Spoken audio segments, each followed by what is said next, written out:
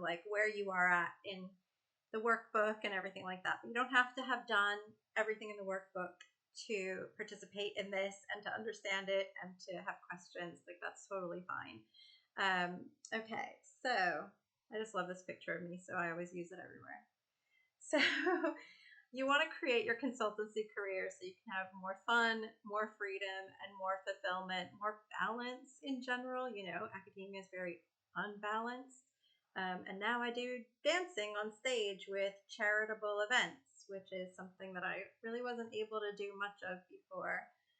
You want to get paid fairly and get recognition for your valuable knowledge. And that is valid. You want to do intellectually engaging work without, hitting that glass ceiling, the academic pipeline and all that. You want to find fulfilling work without burning out.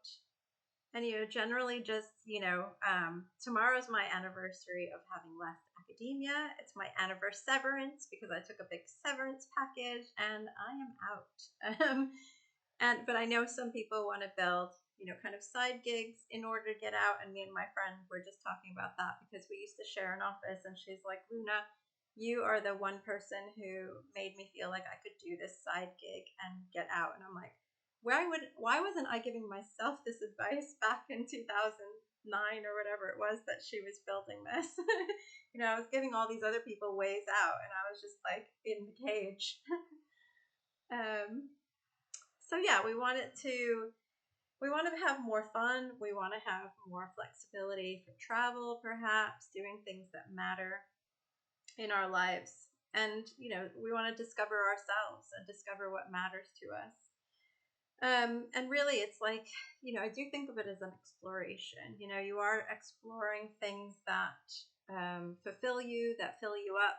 What kind of activities? That's why I was asking, what kind of consultancy do you think you might want to do to explore what your skills are and what problems you've solved? Because there's a lot that you can do. I mean, I think at first you feel like there's hardly anything I can do. I can just be an academic. And then you start to see all the things that you do in academia, and you're like, oh, no, like I should be running this. And then you think I can do everything, and then it's overwhelming again because it's so many things. But I think once you start to explore and you start to do some of the things, or go down some of the paths, you then realize, oh, I really like this part, or I don't like this part. And that's how you can then figure out, oh, I really want to do this part of the business, but I'd really like a partner to handle this other part, or I'd really like to hire someone to do this other part, because when I do it, I just feel drained. So those are the kinds of things I want you to become aware of, as well as you start to become aware of, like, inside your body, because I think most of the time we're really focused on reacting to our environment, right? We just want to embody the energy of a millionaire on vacation, focus on all the things that you can do and have that kind of self-efficacy that academia has kind of knocked. So if you don't know me already, I think all of you do. I'm Luna. I was a senior lecturer at Durham University, University of Central Lancashire. I went to University of Liverpool. I went to Sweden for a while to do my postdoc. I did my PhD in America. And every single one, I thought it was either like, if I just choose a different country, or maybe if I choose a different university, like, oh, maybe a Russell Group University, maybe an R1, maybe not an R1. And I can tell you, they are all equally crap. And all the countries are all equally crap.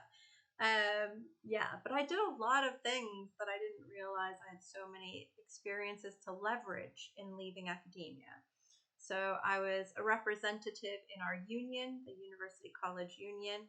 And I was, staunch, like, comrade, everything, out on every, I was like enthusiastic. I was angry, but I was always smiling.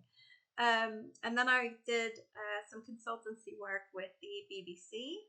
And that's the little picture. Oh, it's like totally covered up. Over here is with the BBC film crew, talking about violence against women and women who are violent. And then went to Ecuador and did some consultancy with campus universities, and even spoke in Spanish and told them about bystander interventions that they could do for like sexual assault and things like that. And then I was in doing consultancy on like education and child development in a part of Liverpool that's quite disadvantaged. And then I built a website for my, okay, it's 2002, so don't like think it's too horrible, but yeah, I built a website for my professor. And then I did marketing for our university, created a pamphlet. And, there's always, when I look at these, I realize a lot of these are about like equality, gender, they're about accessibility. So part of me creating this pamphlet and marketing Durham University was to make it more accessible. So I showed like a map of where the accessible parts of the building were to come in. So that's what drove me. So I started to realize, I do a lot of things that people aren't paying me for, but why am I doing them? And a lot of it was, there's something driving that. There's something about the equality. There's something about social justice, right? Being in the union. And that I think has helped me as well to figure out what kind of clients I want to work with, both in consulting and in coaching. So that's really important to me. So all of this allowed me to break free because I didn't realize that all these kind of like public engagement or, work that I was doing in terms of consultancy where I wasn't getting paid, they were just voluntary because that's what we do in academia, right?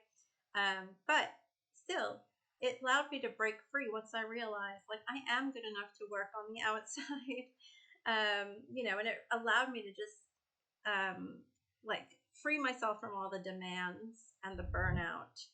And that idea that you should feel lucky to be in a tenured post, and then to kind of feel guilty in leaving because it's like survivor's guilt in a way. So I had felt disillusioned and trapped, even though I had all these other experiences. I was so clouded in seeing that I had a lot of opportunities open to me. And then as I was leaving, I worked with a capoeira group. We put in a grant together. So I was starting to feel a little bit less disillusioned and trapped once I started to see like maybe I could be an independent researcher, or maybe, and that's where I then segued into, is being a consultant, because being an independent researcher it's not really viable. You have to keep relying on those grants coming in. And yeah, that was difficult. And then I could do the things that were really important to me, the things that really mattered, right? And working with the people I wanted to work with. So this today is for anyone who is disillusioned with academia, wanting a plan B, and gaining one or more of the following things. You want to showcase your valuable skills for the fire they are. Put 1 in the chat if that's you. Create new ideas and ways of working while rejecting old ones. Put number 2. Become confident in your skills so you can sell them to employers or clients. Put 3. 4. Define your path to success to ensure you don't burn out. And 5. Find clarity in your career direction so you do more of the work that you care about. Now we come over here, 1 and 3. Thanks, Susan. Yeah. Showcase and become confident in your skills so you can sell them. Exactly. And that's the important part. And I'll be talking about some of those things. What are the skills that you have? Showcase your skills and find clarity. Thanks, Maria. Yes. Excellent. Excellent. So who on is looking for something where they're wanting to get a job in consultancy? Put 1 in the chat for that. 2, you're looking to build your own business that will be your full-time work. Put 2 in the chat. 3 is I want a side gig that maybe I want to go into, because I know a couple of people were saying they had tenure and didn't want to leave that. Okay, so I've got people who want to, because most of the slides are more to number 2, but it would definitely help people who are thinking about wanting to get into a job. And 3 for now and then 2. Yeah, it would definitely work for both of those. And I guess the one thing Oh, thanks, Miriam. Yeah. I guess the one thing that I should say is that if you're looking at three, getting a side gig, is making sure that legally and tax liability way, like in those manners, that you're not falling into a dangerous position. Because I have heard of people who have taken on more work, and then in terms of their taxes, because they're getting paid on top of their faculty work, it then has meant that they've fallen into a bigger, a higher bracket with more taxes taken out. So, oh, oh, Maria, I was wondering where you went. It just went, and I was like, okay, somebody has left the building. Somebody's come to the building. Glad you're back. Great. No, that's totally fine. The Okay, 1 and 2. Yeah. Okay, perfect. Um, what was the other thing I was going to say? The other thing is that, sometimes your university will allow you, depending on what job you're doing on the side, they might like that you're doing consultancy on the side, and they might say, we'll give you, 80% work. You have 1 day off in order to work on your side gig.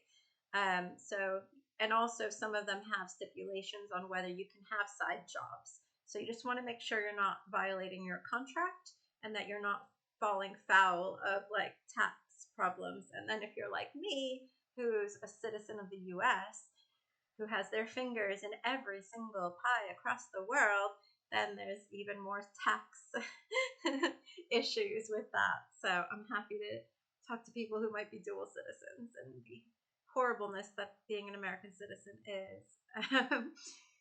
Great. So, oh God. Yeah. It's great. So much flexibility. It's like academia. So we want to talk about leveraging your currencies. And when I talk about that, you've got your degree, right? That gives you a lot of authority outside of academia. And then, your skills and experiences, which again, a lot of us don't realize how much those are so much more valuable than the certificate or diploma. So I'm going to talk about skills. When you give your years to academia and you lose your 20s to 40s, I lost half of my 40s. It's hard to see your skills because you get enmeshed, right, with being an academic, and then it's hard to. And I mean, I had full-time jobs before I went to academia, but I still found it so hard to kind of extricate myself from, especially when you keep hearing, the narrative from academia that you're not doing enough, or you're not a leader because you haven't brought in a certain amount of money, or your students are like not giving you 4 or 5 stars, so you have to go watch this white male teach. That happened to me. So most people who come to me have all the skills they need to pivot without any further training. It depends on what they want to do. Maybe they have to like skill up a little bit, maybe take like something on LinkedIn, something that's free, maybe even self-teach, or maybe volunteer. But most people don't need any further training, and it may be that you don't need any more skills, and you simply just need to know how to market the ones that you already have to the clients that you want to attract. And that's marketing is a whole big thing. So definitely pay attention to some of these things. So I tried to kind of break these down, because what's really important when I help people to translate their CVs into resumes or non-academic CVs is knowing the keywords of the industry that you want to go into, right? So you're looking at job descriptions and going, okay, what are the keywords? It's the same thing when you're building your own business, or in my coaching. I'm looking to hear what people think coaching is, and then going, is that the word that they're using? Or like, how do I tell people that I help them? What words are they going to understand that I help them with, right? In the same way that if you're selling your services to a company, they're going to want to hear certain keywords that are going to go, oh, I know what she's talking about. I do need help with that. But if they don't understand, because you're speaking at a different level, like more academic, then it's just going to cross wires and you're not going to get those clients. So you have to be able to empathize with them really well.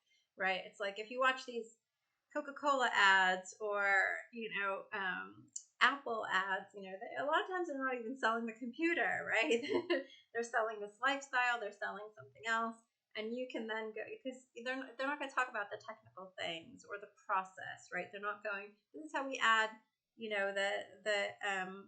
the carbonation to the soda to make it fizzy. Like, that's not what it's selling.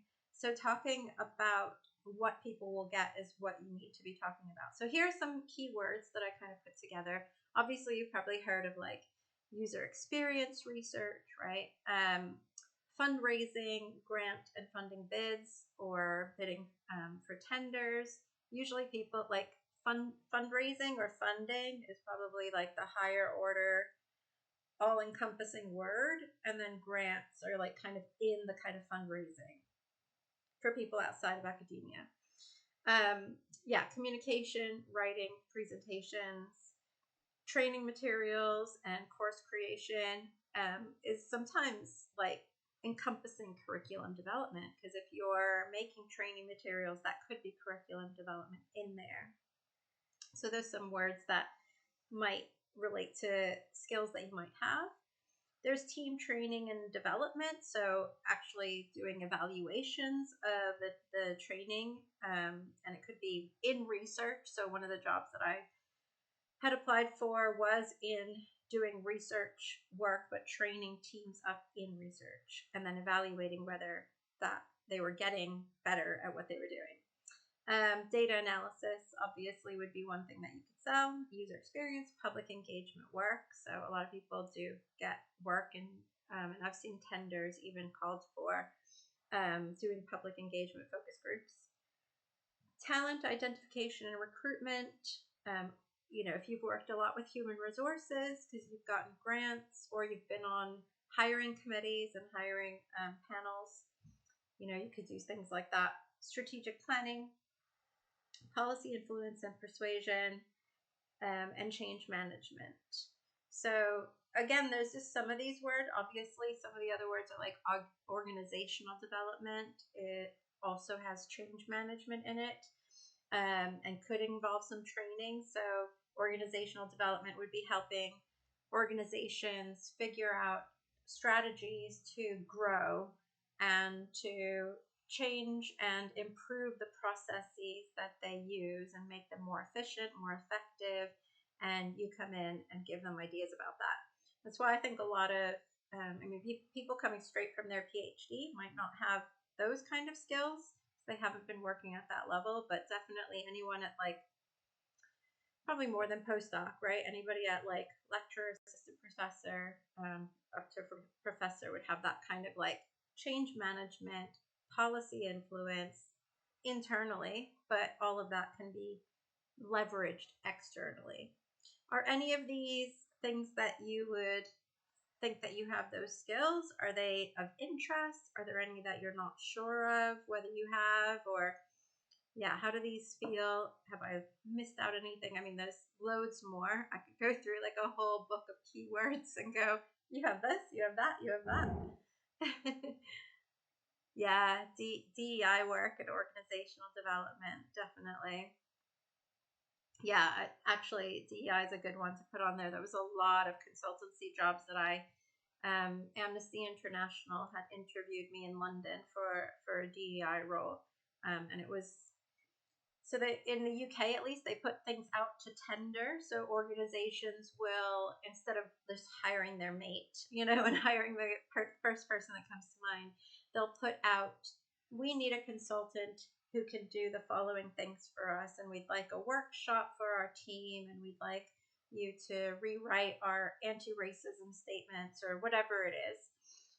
And then everyone applies for it, and then somebody gets selected for delivering on that tender, right, for procurement.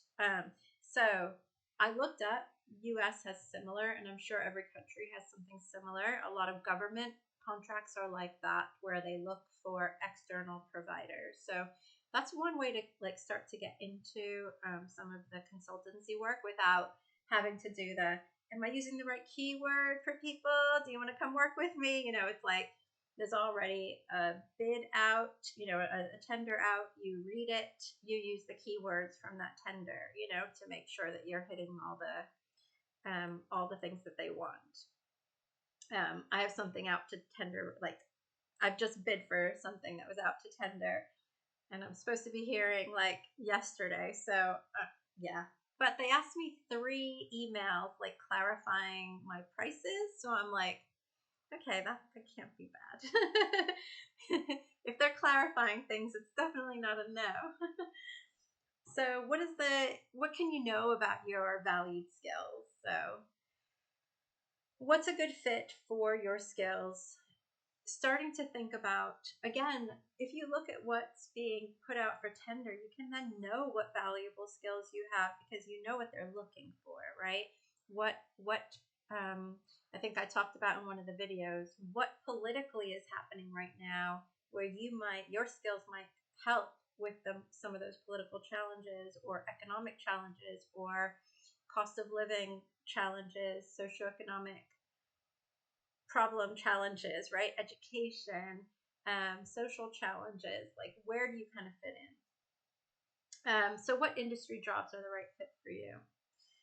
So obviously, engaging in informational interviews, and like I said in the video, doing some industry research, looking at the tenders that are coming out, because those are going to tell you where the movement is going, because a lot of them don't want delivery of those packages for like, the next month. And like the one that I put in a bid for, it's for coaching, and it would be delivered over the next 2 years. So they're thinking about what's coming up next in the pipeline for us. So they are already forward thinking. So it can kind of give you ideas of where you might fit.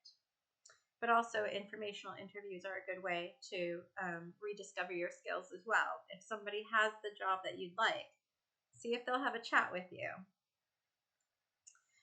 So what don't you currently like about academia? Because I feel like this, and write in the chat the letter that corresponds. Because I feel like this is part of then reimagining what you want your business to be like. I know a lot of people who have burnt out very quickly as soon as they left academia and they started their business because they were like, I'm on Facebook and I'm on LinkedIn and now I'm doing this and I'm going out on, doing workshops in person and online. Oh yeah, tenders. So, I don't know that I know a strict definition. So it's basically when an organization needs help with something in their organization. So it could be that, I'm trying to think of some of the tenders. So one of them was local government was wanting to do this leveling up thing in the UK. So they wanted to, bring poor people up to like good living standards. And they don't actually want to because they're right wing. But, they were like, we have, this leveling up. And they wanted experts from education, from, anybody that knew about education. So like primary and secondary education to come, experts to give like a 2-hour presentation to the panel that would be making policy changes, right? So they wanted somebody on education, another person on like family psychology, another person on like it was like the different sectors that you might need to know about in order to create policy changes. So that was a government one. There was another one from Amnesty International where they said, we've really screwed like equality, diversity, inclusion for like a long time, and all of our CEOs and everyone right below the CEO are all white and middle class, and we really need somebody to come in and fix this for us. So then they put out a thing for tender, right? So where do you find calls? Yeah. Let me just see if I haven't found anything else. All but D and E in particular you don't like. Yeah. It's a cult. Yeah. Yeah. Okay. So where do you find call for bids? So Kim, you would be in Canada. I didn't look up Canada, but I did look up US, and it was like tenders. There was something.com, and it was really not that different from just looking up tenders. Did I keep it or did I delete that one? I had it on my phone. But yeah, if you look up tenders and bids, I think, and then I put USA. It wasn't the first one that came. Tendersinfo.com, I think, was one of the first ones. It is sponsored.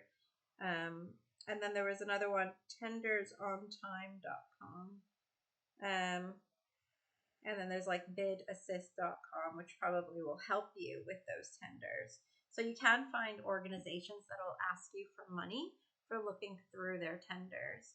I did found in the UK that the government website keeps a list of all the tenders that are out, and those are free. You can just search them and put in a keyword. Again, you can put in a keyword like research. I put research in and came up with that one for leveling up. I put in coaching and then found the other one that I ended up putting in for. So there's loads out there, and a lot of the government ones would be like super useful. And then once you get those, you know, you'd probably be on their list of, because it takes so long to get a person onto the procurement list, you know, as an external provider.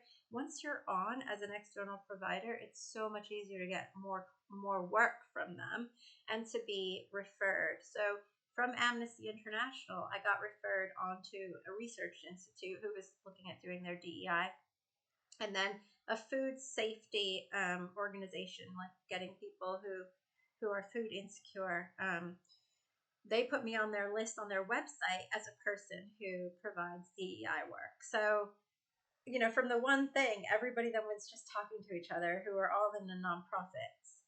So once you get one, you start to get, and that's why I talk about in one of the videos, you need to pay attention to how you talk to your clients and get them through the transformation in a way where they're like, wow, I feel like that was such like high quality, you know, A class like treatment, and that's what you want to do. Okay, so what are the consulting options? So I've just listed like a whole bunch, and this is not just obviously academic, it could be any consulting option. So research, equality, diversity, human resources, grant fund, you know, bid writing for people, copywriting or editing. Copywriting can even be what they call in the US like writing white papers, which is basically going through like, why should you, I don't know, use Canva, for example, and you do a research about like all the different options that are out there in addition to Canva, and then making a case for why this one is best. So it's kind of like, it's not a sales pitch. It's like, we're going to look at what's the costs and benefits, strengths, weaknesses, opportunities of such and such. You're writing it because writing is something that people will always just hire somebody else to do, so you can definitely get, and that kind of writing will get you more money than writing social media posts for somebody, for example. Writing blog articles for companies, for example, is good paid work. Some of those could be like $300-400, and that's like at a moderate level. It can be even more than that per blog. Would you say that most of those are international or national to the UK? I presume Amnesty International. Amnesty International was for just London, so it was for the UK, but they're so London centric, so I had to go down to London for this. So it was just UK that was like marked out as being like ultra racist. I don't know if the other Amnesty Internationals are, but you can look back on, if Twitter still exists, like the archive, you can find all these tweets where people were just like, actually there was even a LinkedIn post where they were like, the CEOs of Amnesty International UK are racist. It was really bad. So they were hiring all the consultants for a while. So the tenders are like more local. Perfect.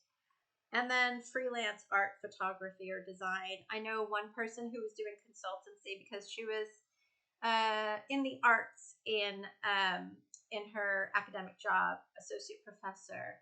And so she said that she did a lot of like event planning in her work because it was like she'd do drama and theater and things like this, but with a social justice element to it. And so we talked about, getting into event planning, and I think that's where she ended up going. But the other thing that she was doing was editing people's and making people feel comfortable about doing podcasts. She was like, "Oh, I work with people on, speaking well and speaking confidently and having like a good voice for podcasts." And I was like, "Oh my God, you could totally sell that, right?" So there's a lot of things that you could do that are not like research or whatever. SEO blog writing has changed, just FYI. That's what I was doing post-ACK, and it's different now with AI. So just beware if that's a thing you're looking into. You just have to be aware of AI writing sites and what their limitations are. Yeah, I mean, gosh. Yeah, I mean, I'm using so much AI in my business right now. My favorite is audiopen.ai. It doesn't use like ChatGPT or anything like that, but I do know a lot of people are feeling the pinch because of like ChatGPT taking over stuff. But I think you just have to, I don't know. I use it, but I feel like maybe if people learned how to use it a little bit better, but I don't think that it can replace good writing. I think good writing is awesome. Like, I would pay someone good money for good writing. Like, if I was ever going to write a book, it would not be Chat GPT, sorry. If I wanted a ghostwriter, I'd want a ghostwriter, like an actual writer. But yeah, I see what you mean. Definitely with like that kind of writing when you're talking about social media and how much tech has changed and how, Twitter fired a bunch of people and then Meta did. And, I mean, all of that was, probably partly on those things. Yeah, social media marketing is another thing. Create or optimize websites, assisting educational institutions with curriculum, policy, and teaching. Some of those are, I've been looking at the US, and there's a lot of obviously private education, and tutoring companies. So they're looking for curriculum design and sometimes, teaching their staff. Becoming a ghostwriter, becoming a virtual assistant, or translating if you're a linguist, and becoming an online academic tutor. So the first thing about, I would love for you to ghostwrite for me. I love I love this community because so many people have so many things to share. I had two people on and they were talking about one of them does like forest retreats, for getting back into yourself and somatic movement, and that's therapeutic. And then the other person was like, I do dance. I'm a dance like senior lecturer and I would love to get into that kind of thing. And they were like, well, let's get together. So like things like that are just amazing. So I think the thing with starting your business is finding your niche. Now, I mean, I very, very, very likely have ADHD. So I don't have just one thing going on, right? You know that I do coaching. I've done consultancy on writing grant applications. I've done consultancy in scoping out what employers are looking for and then writing reports for the government so that education can change to meet the demands of, what companies are likely to need in terms of skills, gaps in the future. So, and then I also did consultancy in decolonizing primary and secondary curricula around STEM. Thanks, Maria.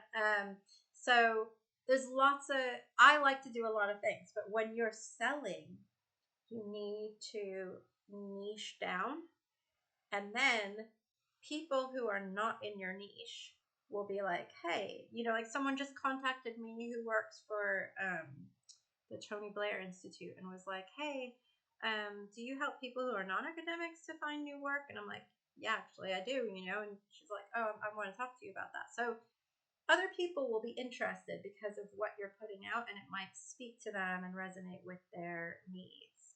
I know somebody else who does grant writing, and she just sells grant writing 2 NGOs, you know, 2 nonprofit organizations. And she said she's gotten so many nonprofit consultants who are like, I really want to be on your newsletter. I'm really interested in the work that you're doing. I want to be in, you know, I would need your help. So I could see her now, like she's pivoting and including those people. So there are more people that will be interested. And also you can have multiple streams of income coming in, right? So I'm also doing like part-time work, writing grants that affect Black African and Black Caribbean people in the UK. And because that like really speaks to my heart, I'm like, yes, I will totally write a grant on that, you know? So it depends on, it's really about getting clear on your one thing before you start to move out into other things, which is difficult for some of us. So you really need to spend time researching either like, you know, competitors. You need to research who your likely audience is, and then get a feel of like, how much should I niche down? It's kind of like when you're writing, I remember writing an introduction, right, to a journal article, and that first sentence, you're like, should I talk about like the world is changing? No, that's too broad.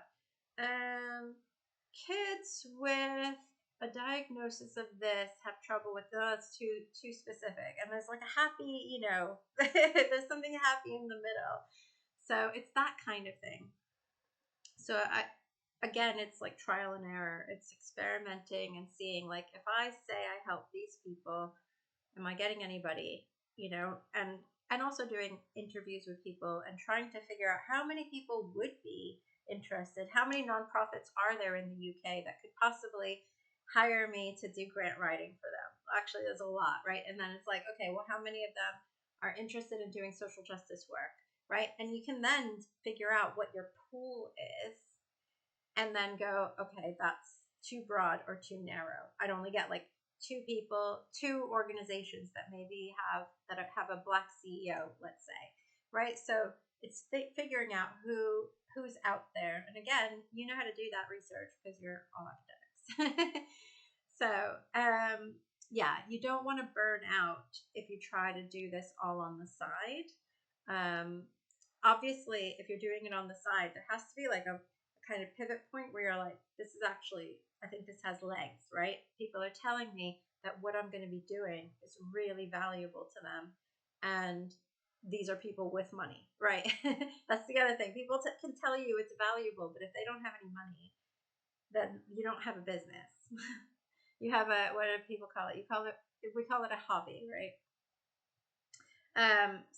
Or you call it, this is part of my bigger plan, right? I sell amazing things to like high-end companies, and then I do this other stuff at a lower rate because I'm not worrying about where I'm going to get my next meal, right? So, you know, you can build these things. I think saying like, oh, it's a hobby because you can't, there's nobody that'll pay for it is a bit like, what? Like, we're not going to help anyone in our society, which is why I create these free, you know, workshops and things. Because I really believe that there's ways to make money over here and then offer things to people on the other side. Yeah, so I hope that wasn't too much information. So what do you want to do, right? The important part is to be able to articulate what it is that you do. What do you solve for people? And clients hire you to solve them, right? So it's really about talking about what you solve, and why you solve that, right? And really offering something to, like, here's my unique quality, here's my zest, which is what's one of the things that we talked about in the in one of the videos, or in the workbook. So yes, I wanted to tell you about Shannon because I'm just like, I was so in awe with her. She contacted me around May last year and said, I really want to hire you. I want to break away from academia and I want to start my own business. I want to go into e-commerce. And she described herself as a paralyzed achiever. She was like, I'm just one of the paralyzed achievers that that I think you can help. I see you're doing a workshop for the professors out, and I'm really interested in your work. So she thought, I need to do e-commerce. And then she was like, I signed up for an e-commerce like whole course, and I no longer can hire you as a coach. And I was like, oh, okay. I don't know why you went for an e-commerce course, but okay. And then when she quit it, she was like, oh, I quit it. I got my money back and I want to hire you. I was like, okay, let's do this. So she was like, I want to start in August and then I want to be out of academia by December. I was like, okay, we can totally make that work. So she came to me in August and said, like, I think after a couple sessions, she was like, oh, I have a side gig where I do like real estate stuff. I was like, wait, what? So we started to talk about like why she was doing it. She told me like all about her why. And I was like, do you tell anyone about like the purpose for you doing that? She was like, no, I don't really tell people that. I'm like, people are going to love the reason why you started this company. And she started to get like a little bit more brave about talking to people about it. But she had this big like fear of judgment from the people at her work. She didn't even want to like she sent me her letter of resignation before she sent it. She was like, is this okay? I was like, you're overthinking this. And she just wanted to have everything figured out before she left. Yeah. And this is what happened next. What did you learn from the program?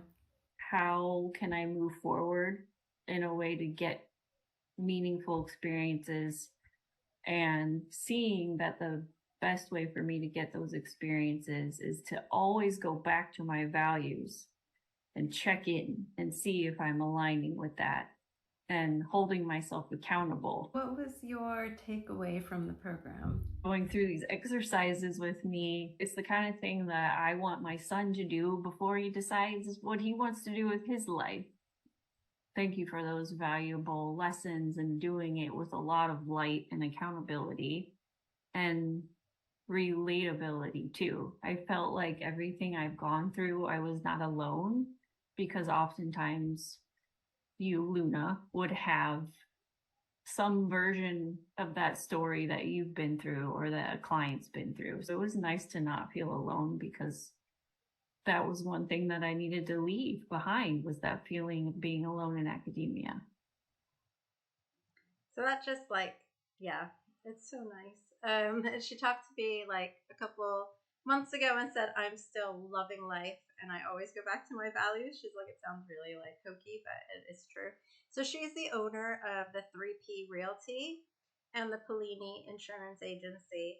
And basically she said, Luna, I don't flip houses, like we buy houses, but we make them so that, and we like redecorate them, redo them so that families can come in who've never owned a house before and, who are at risk of being homeless, and they can come live in these houses. I don't know the financial model. Don't ask me about it. But she's like, after she left academia and put her whole energy into this, she said she was making more than she was as a professor in the US. So I just love that story.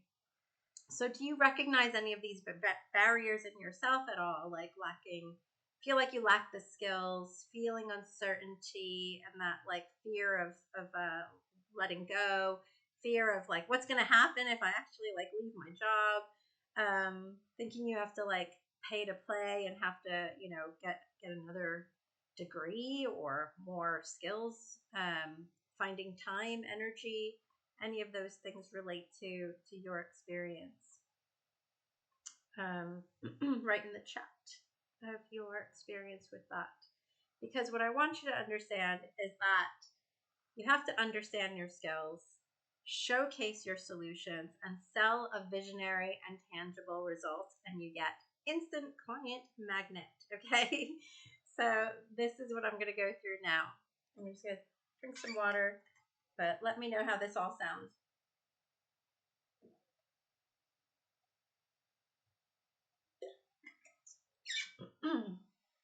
Okay. So, first is about really tackling your beliefs about success and harnessing all your experiences, because they are often of greater value than your qualifications. I know like when I went to school, it was all about like getting the degrees because then you can enter at a higher level, and that hard work would equal success. And my $75,000 worth of student loans later, maybe that's not always the way to get ahead. So the truth is, you have all the skills and experiences you need. It's just about taking the skills that you already have, translating them, and then marketing those skills. So for example, like some people think all you have to do is create a LinkedIn page and you have, your skills and your offers, and therefore everyone will come and buy from you. But in actuality, if you don't know how to articulate what it is that you offer and why you offer it, it's going to be harder to bring in clients. So it's really about articulating those, networking, and being able to sell what you do to your clients. So really showcasing your solutions. So do you know who your ideal clients are? And that's what like day 2 was about, right? Do you know the solutions your ideal clients are looking for? So do you know who your ideal clients are yet? Let me know in the chat. I can try to help out. Do you know what the solutions are that they're looking for? Because sometimes you have a solution, like you're looking at your ideal client. I'm looking at sometimes charities and I'm like, you're putting in hundreds of applications and throwing spaghetti at the wall and nothing is sticking, or like a couple things are sticking enough to keep you running. But there's definitely a better way. But I think they think all they need is somebody to write everything for them. And when you then go through their whole business structure, you then realize actually what you need is a better organized system of who in your organization is doing what, right? So the roles aren't defined, the management isn't effective. And so, if they don't fix that, it's going to be really difficult for them to bring the money in. Working through this really helped me clarify this for myself for the first time. Thanks. Oh, awesome. I'm glad. So yeah, if you have any more questions, but I think that's one of the things I realized is that I might know what's going to solve things for them, but what they want to hear, what they think their solution is, might be different. What sometimes you have to do is sell them the solution that they want, that they'd like to pay for, but then gently negotiate and diplomatically sell what they actually need, right? Because you want to get them to that from A to B, right? I think Kim was telling me that somebody was talking about like they're on this side of the river, and they want to get on the other side of the river and they have to cross. How are they going to cross to that like lovely, rainbow land on the other side of the river?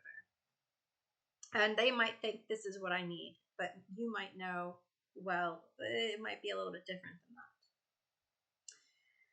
And then you want to think about, your purpose. You want to make sure that you and your why are incorporated into your business model, right? So you want to consider a business model that ensures you are able to make a contribution without burning out.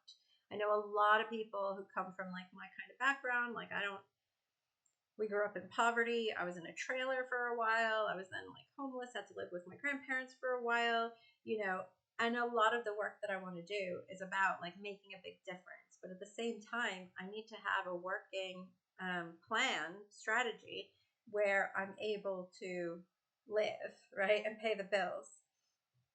And then be able to have the time and flexibility to be able to do like volunteer work or to write grants for people for very little money or for free. So it's about thinking about how can you figure that in for yourself. So it might mean, yeah, I'm going to work for corporate so that I can kind of redistribute the money so I can offer the things that I really want to do. Right, and then you need to sell visionary and tangible results, which is really important. So they need to be able to visualize the solution that you provide and be able to see what it, because you're selling the A to B going over the river, but you need to show them how lush and green and it smells like fresh soil and the rainbows are, bright and, brilliant and incandescent, whatever. You need to sell that solution to them so they can see it. And sometimes, the solution that they want, what they really want is to deliver to be able to solve like homelessness, for example. Maybe that's like their ultimate thing, or maybe they want flexibility in their working, or maybe they want like a huge team so that they feel part of a community, right? So the grant income is not just giving them money, it's so that they can have a huge team, right? So it's about thinking through like, what do they ultimately want? And if they trust you to deliver and you go above and beyond, you will have repeat business and referrals. So one of the things you need to do is think about your pricing structure. So you could have hourly rates. That's a very common way to go, but it's difficult because then you're trading your time for money. And if you think about like how much you are worth in academia, like what was your salary? And then you just kind of go like, okay, I'll just sell my time with like that, right? So if I was making like 60,000, more than 60,000 pounds, right? So if I then just went like, how much is that? 40 hours a week for however many weeks a year. Yeah. And then I go, okay, then that's this many, like this per hour. Then when am I doing the marketing? When am I doing my bookkeeping? When am I making contacts and going to networking events and working on my business and planning a strategy? That's how people burn out, right? So when you're figuring out an hourly rate, if you were working in the university, they'd be figuring out your their liability. When you go for a grant, there's all this like top, money that they ask for, right? Estates and overheads and blah, blah, blah, blah, blah. That's all that. It's keeping the lights on. It's, all the other things. Your pension, if you get one, if you're lucky, the liability insurance, all that kind of stuff is all figured in that. So when I think when I was looking at being a consultant to somebody, I think at one point my university said, well, you cost, what was it, like £700 an hour or something like that, that they would have charged like a big company, right, for my time. That's like crazy amount of money, right? So, but that's why, because they know how much it actually costs to do all the things. So a better way to go is to do packages or do projects, right? So maybe you're selling like a certain number of blog posts, or we're going to do an audit, or it's going to be like the things that were for tender was we need an EDI to do our communications. So they wanted a workshop, they wanted like language that they could use in any of their policy documents, right? So it was like a big package. So it was like £20,000 for this big package work. And that's so much nicer because then you know where your time can go. And you can plan, and you don't have to be constantly like, where's my next client coming from? In the UK, it's much more common to have a day rate or a per diem. And you can look at Juno reports for common rates of per diem for different types of work. So I found that really useful. You could probably get some ideas in terms of converting it to the US just to get some more, ballpark in terms of what you could get for your services. Any questions around that in terms of pricing? Okay, and then invoicing and customer onboarding. So I talked a little bit about Canva and Stripe. The other thing that I think you definitely need, and you don't want to, a lot of people use newsletters, right? So they have newsletters, they have people on a mailing list. MailerLite is the best one for free. Like, I still don't pay for mine. It's free up to like 1,000 subscribers. And I think I have half that, right? So that's the best one. It's got full functionality. You can put people into different kind of categories. So for example, if I wanted to have a newsletter that goes out to people who want to build a business versus those who are looking to work in industry, I could then tag people in the different kind of sections and send out emails that are specific to each of those people. I haven't done that, but I probably should. And then Calendly is it's okay in terms of it's good in terms of the free. Actually, there's not really much out there that like that goes above and beyond what Calendly offers for free, but you can only have like one booking. So for my discovery calls, I use Calendly, and it hooks directly to Zoom. So it creates the Zoom link. It manages all the, reminders and things like that. You can also link Stripe to your Calendly. So if you want to charge people for, an hour of your time, for example, consultation work, you can do that as well.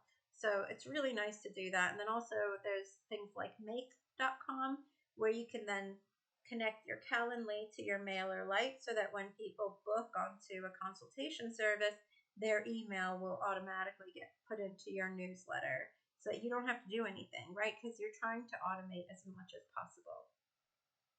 In terms of invoicing and onboarding, you can have an invoice done through Stripe and it looks real pretty. They do all they ask you for your logo, your colors, and then it produces this nice invoicing.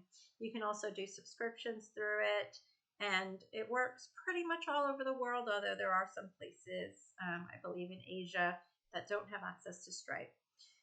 And then Stripe can link to Canva in that, again, you can have like a Canva invoice or a Canva onboarding. So when you're done with Stripe, and it does the thank you page, instead of the thank you page, you could have it go directly to a Canva thank you page where it says thank you for, booking or for hiring me. This is what's going to happen next. You're going to get an email, If you have any questions, here's our direct email at info@lunaleadership.com, where, Joe will help you through any issues that you have. If you have any questions about the timeline, contact Luna, so you could have a really nice Canva sheet that goes through all the things that are going to happen next so that it's not just thank you and we'll contact you when we get a chance, right? So then they feel like something at least is going on. So does anybody have any questions around that? And this is like the very basic, this is what I had at the very beginning. I was just looking through like what were the first 4 things that I had, and these were the first four things that I had. And Canva is also good for doing like terms and conditions in a nice platform as well. And also I've done business proposals in Canva as well. They've got templates for business proposals, and then you just put in your logo and your website and it looks really nice in terms of a business proposal. So I've used those as well for HR. So yeah, I really like these, and you don't have to spend any extra money. Obviously Stripe takes a little cut when somebody pays you, but it's better than PayPal and looks more professional than PayPal. So I wanted to give you some ideas about scaling and business growth. I think, automating things is really important for scaling and business growth. But like part of that is, if somebody has a nice onboarding process, they're going to feel like this is professional, right? Like if they see, a thank you page that has like, this is what's happening next. We're now going to put like a project management board for you. You'll get an email link to the project management board so you can see where we are with things that are now in progress, completed, whatever, expected to be completed by this date, where they can see like the whole like almost Gantt chart, those are the kinds of things that then set you apart from other organizations. So for scaling, you want those people to be coming back. You want them to be telling their, other people in their industry, like this person is amazing. And like I said in the Facebook group, like referrals and word of mouth is a big part of business growth, right? So that's like the biggest part of it. And then, obviously like from some social media, they get, business, and some from communities. So again, automation to keep things running smoothly, and think about the client journey so that you can get repeat clients.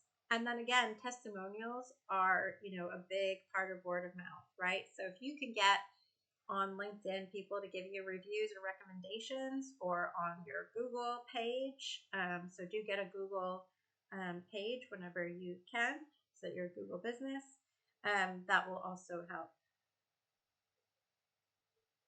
And then carve out time for the important things, right? Because we're not all just our business.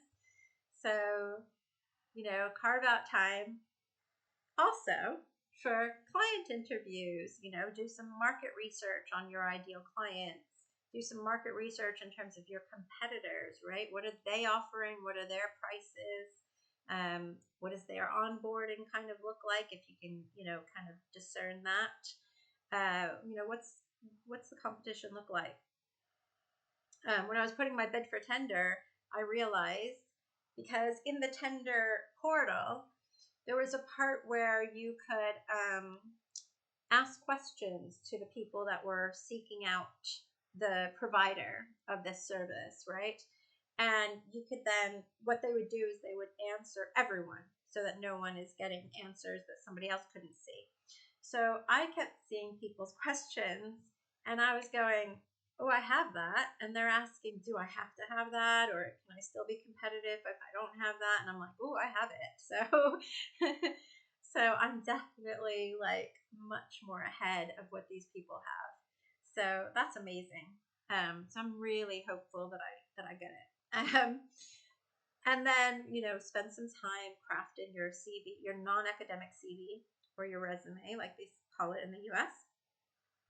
Because you're gonna, people will ask for your resume, to kind of see if you are using the right like terminology, whether you have the same background that they want in terms of the products that they're wanting from you, the services that they're wanting from you.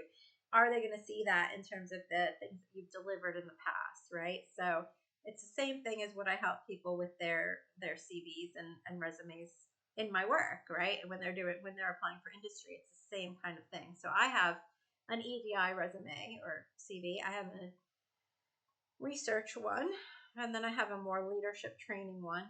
So for my coaching and training in coaching for businesses.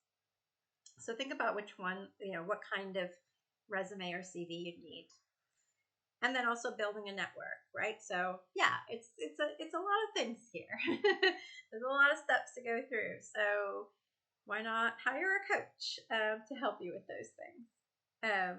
Yeah. I'm really amazed that I'm just a few weeks out from leaving my job and I have zero reservations, zero fear.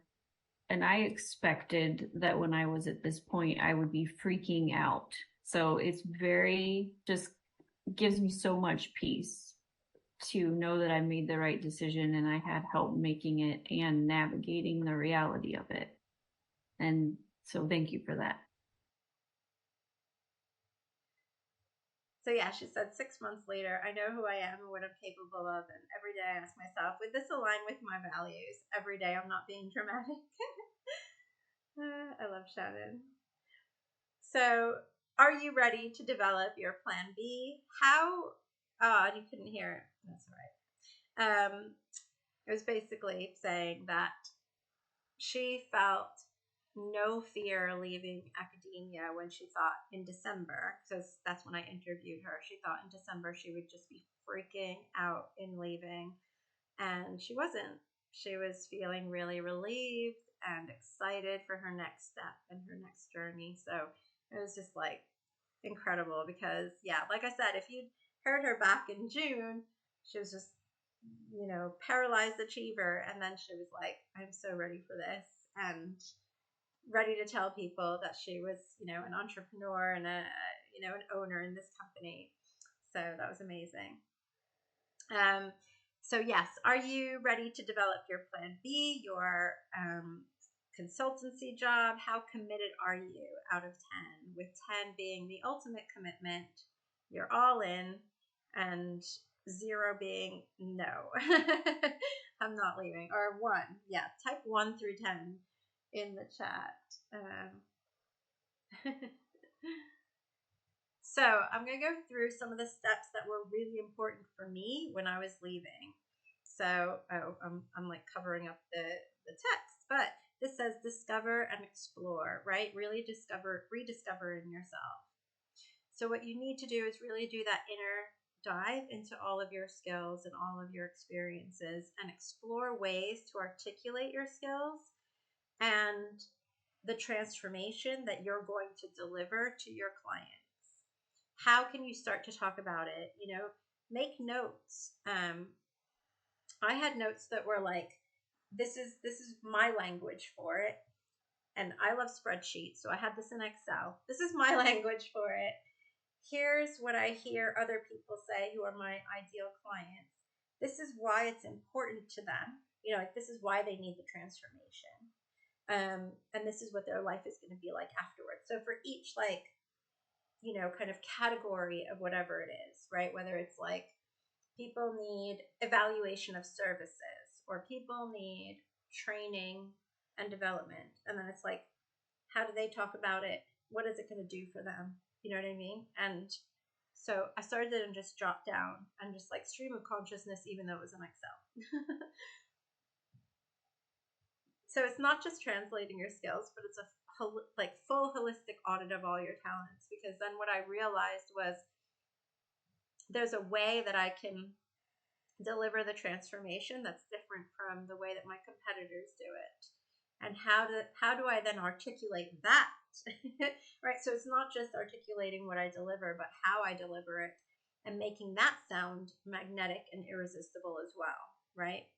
And that was really difficult. If you've been following me for a while, for example, in my coaching, I started out with a package called Pivot with Purpose. But then I realized there was a lot of people with the same package. And then there was a podcast called Pivot with Purpose. And I was like, okay, I know that I'm doing something different. I need to try to articulate it. And Dr. Teresa Lape Ostegi, I don't know if I'm saying her name right. She's at Sheffield University, or was, and now she's a senior consultant. And she was a postdoc for a long time, like I think 4 years or something like that. And at the beginning, she was totally lost and disillusioned and not knowing what to do next. And that's what she told me back in February in 2022. And really wanted to connect with her priorities, getting a resume and cover letter together, finding jobs that fit her valued living. So she's working as a senior consultant in a nonprofit organization. And yeah, she wanted to get going on a new direction with purpose and action rather than reaction, and articulating her skills and networking. And she said the courses help because I can exclude a lot of jobs much more quickly than I could before. So doing that deep dive into what you want and who you are, what your skills are, really helps you to kind of narrow down a niche on what you want to work in and how you want to work. And she said we can begin to notice those things and figure out what it is that really excites us about a job. So it's really important to know what you don't want from academia, but also what you do want after you leave academia. And there's just kind of like people said, you've got a lot of courage, Luna, for leaving. I think there is something about daring to be bold. I didn't used to talk about too much about that, like bold in literal terms, but there is something to that. There is something to building a professional identity that showcases you as, the badass leader that you are. Because everyone I talk to, I know that they have those amazing leadership skills, but leader has kind of become like a bad word in some cases because our leaders were freaking crap, or like accidental managers who just didn't know how to lead or didn't care, which is, I don't know which one's worse. So it's about finding like an authentic leadership, right? And speaking your power confidently and building a vision for your fulfilling career. And then positioning your skills and strengths as invaluable so that you're appreciated for the skills that you bring and your expertise. And I just love this show. So really, I want you to be the badass. So once you're familiar with the value that you bring and it's clear as day to your clients, you'll then be a trusted authority in your industry and you'll command a competitive rate. Because it's really about speaking to those desires that your clients have and positioning yourself as the one who can deliver those. And then defining your own success, right? Find clarity in your career direction so you do more of the work that you care about. So what is it that you care about? How do you want to fund it, right? How can you fund contribution that you want to make at the same time that you are paying the bills and getting paid what you should be for your work. And owning that authentic version of yourself, that doesn't put you in another box. Because when I left, I was thinking I have to be like these business people that I'm now going to network with, and then I was trying to emulate business people. And I was like, wait, I always felt like an outsider when I was in academia. Why am I now changing my whole persona to fit in with the business world, and the consultant world? I can be my own kind of consultant, like if I can't make it like that, then I might as well just freaking go back to the university that I was working at. I mean, do any of you feel like that? Like, let me know. And you'll have a clear vision of what you want and the working pattern that is going to make you happy and that will allow you to thrive. And then, like I say in all of my content, right, designing work around a fulfilled life, finding that balance, creating new ideas and ways of working while rejecting old ones that no longer serve you. It's something that me and my clients do all the time, thinking about like, what did we think before that we can now leave behind now that we're no longer in academia? Maintaining resilience in the face of, all of this. Cost of living crisis, and I feel like the climate crisis, and then it's like all crises. And figuring out what truly matters to you and doing more of it, right? That's the important thing. I now spend a lot more time with my child. When, sadly, as they were growing up, I didn't spend a lot of time with them.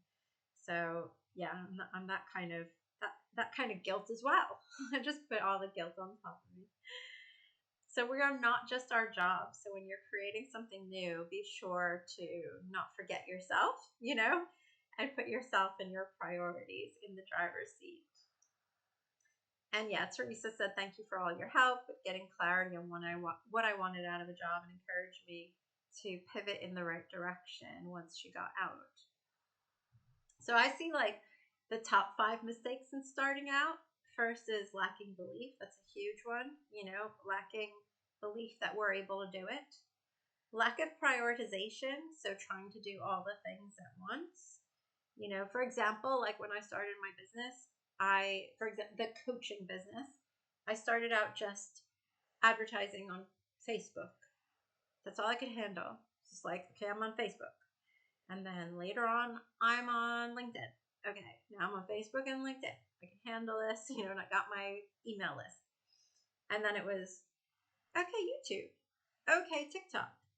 So not just starting with all the things. What are the things that are going to bring you money in the next, 3 weeks? What can you do in the next 3 weeks when you'll be able to make money?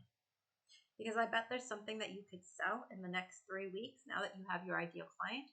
You know what they want. You know what you want to offer. A lot of you were, when I polled, you knew you wanted to do writing, you wanted to do research, whatever it was.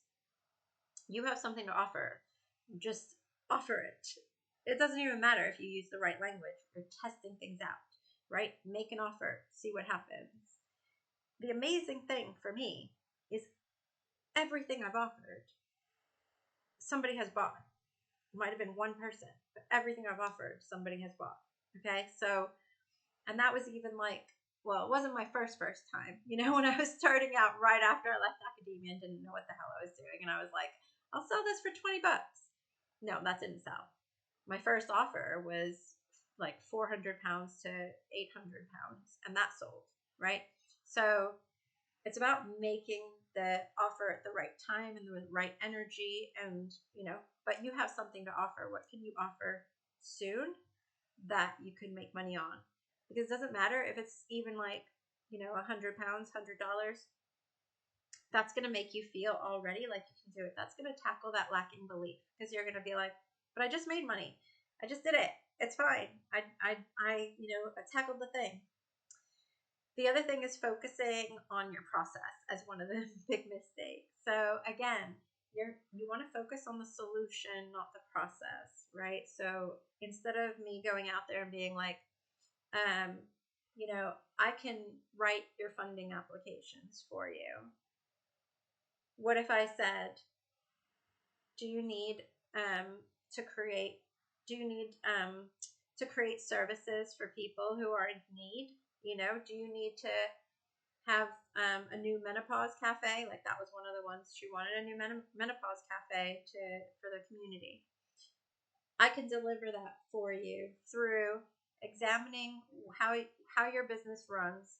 What are the looking at the social return on investment that you already offer, and then being able to articulate that to granting bodies or funding bodies and getting you funding for the new services that you want to create. Something like that. I'm just coming off the top of my head. But you want to focus on the deliverables, not the process. The other thing that I see mistakes is underselling your results, right? You have a lot to offer. The other thing is failing to network. So definitely 3 stars after that one. And then the other thing is staying busy and safe, right? Like, I'll just create this website. And once that's perfect and I can take the, under construction off of the website, then I'll start to sell. No, do it now. It's time for you to take the plunge. So how can you apply this lunar framework and create your consultancy career? So I do have a wait list open, and I hope you don't mind me telling you about the Building Beyond Academia. Would you like to hear about the Building Beyond Academia? Yeah, there's somebody in Building Beyond Academia right now on the call. So tell everyone how amazing it is.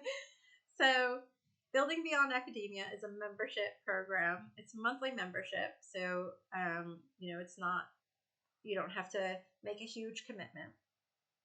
And it's for career mentoring. So it's for academics navigating the decisions around leaving, how to get started outside of academia, building their skills, discovering their skills, building a business, or finding a new job.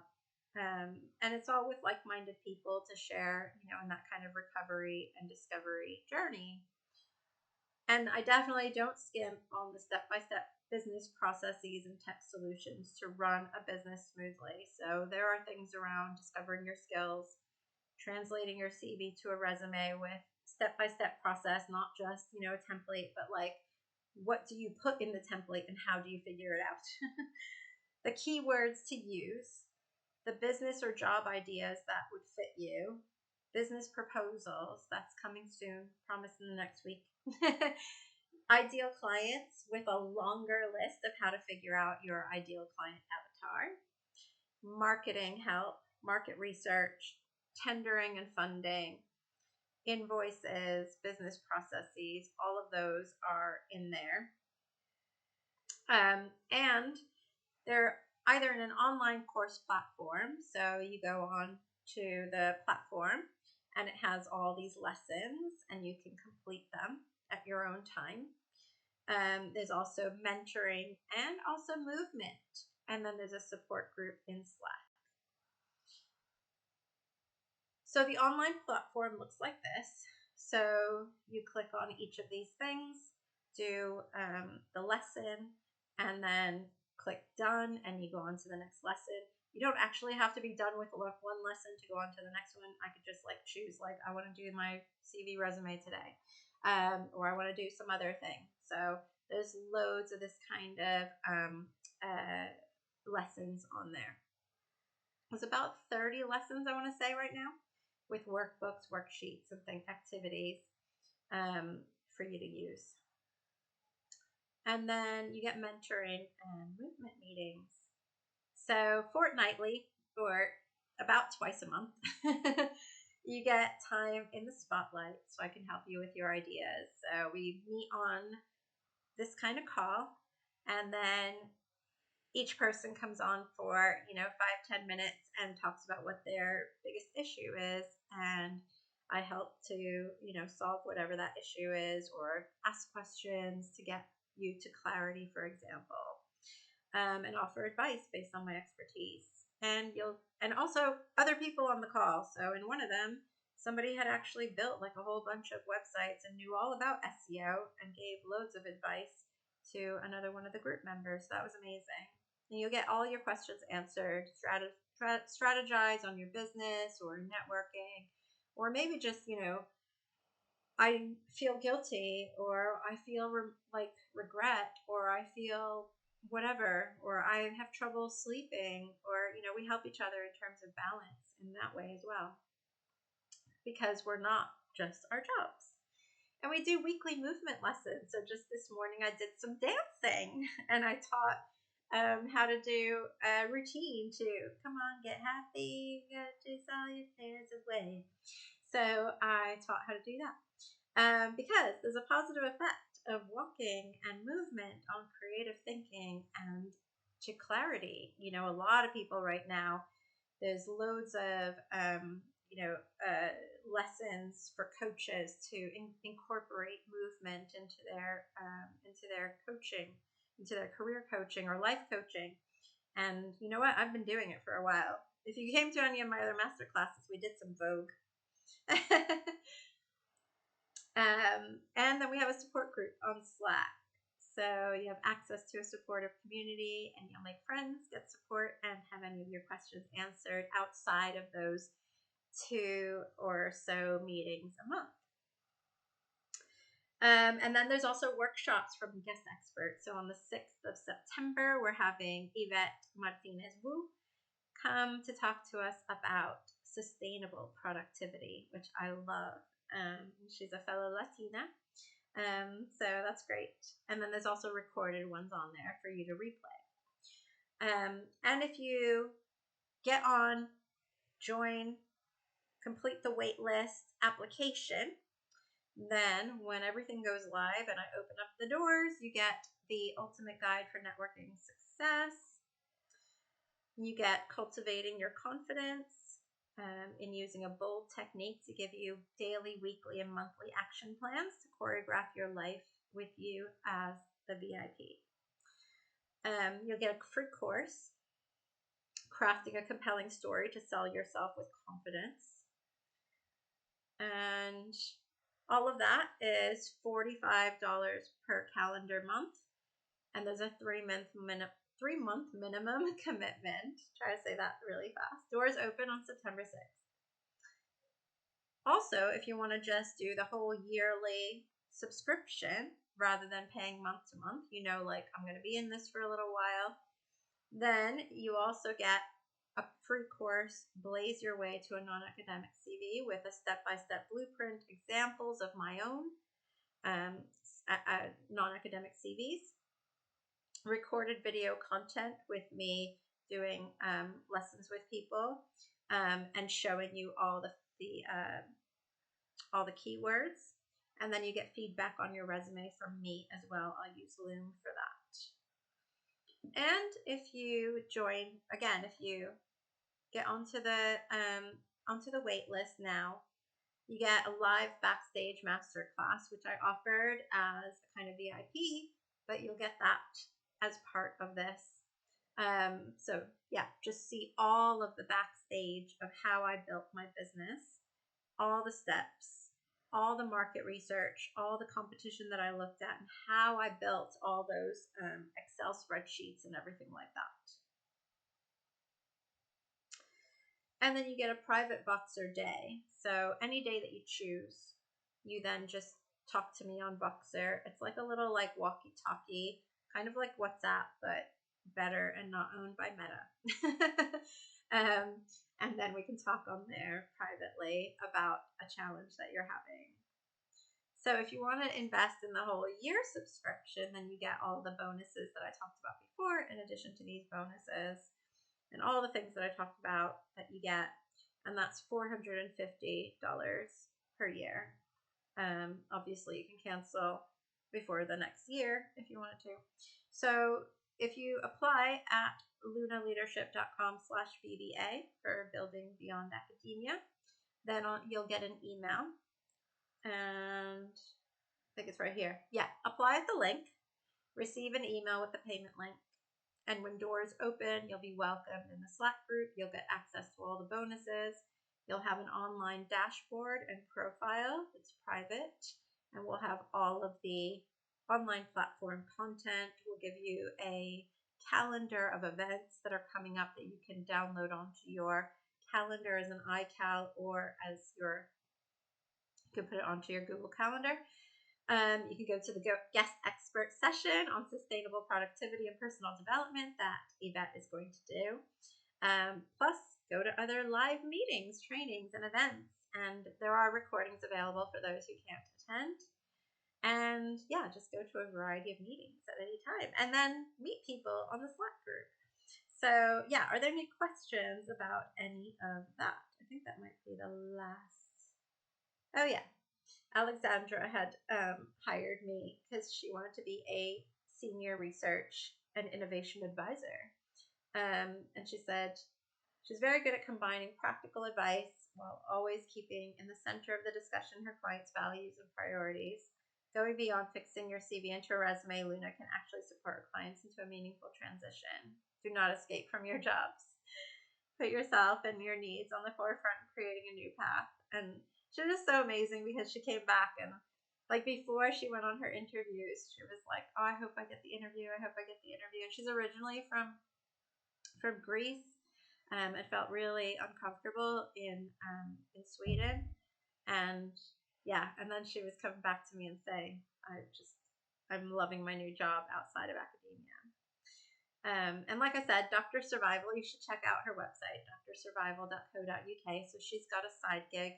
She actually has one of the guest expert sessions that you can replay in the BDA in a dashboard. So if you join, you can see Sarita talk about how she built her side gig and what she plans to do next. And yeah, just listen to your values and decide, what's best for you. Decide to commit to action that aligns with those values. Just when I'd go for a walk, I make sure to just kind of become more aware, right? Become more aware of how I feel and what is aligning with the way that I'm feeling and the way that my priorities have probably changed since I went into academia, right? And so I know that the new path is going to be something that needs to align with the way my values have evolved. So once you do that, figure out if BBA is something for you or is it not for you. But I'm happy that if you stay in the Facebook group or the LinkedIn group or however you stay in contact with me, I'm always happy to hear how people do. So definitely keep in touch with that.